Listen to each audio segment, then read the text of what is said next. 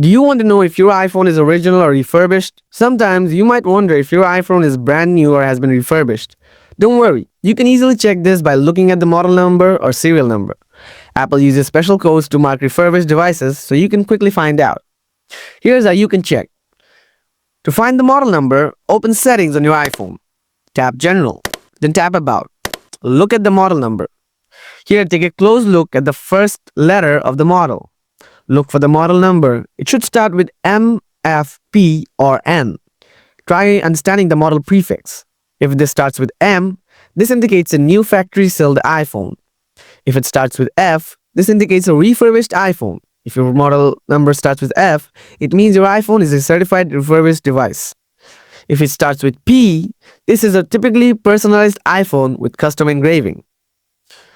If it starts with N, this indicates an iPhone replacement. The device was sent as a replacement for a faulty unit under warranty. If your iPhone is refurbished by Apple, it might also show this information on Apple's coverage page. That's it. Now you know how to check if your iPhone is original or refurbished.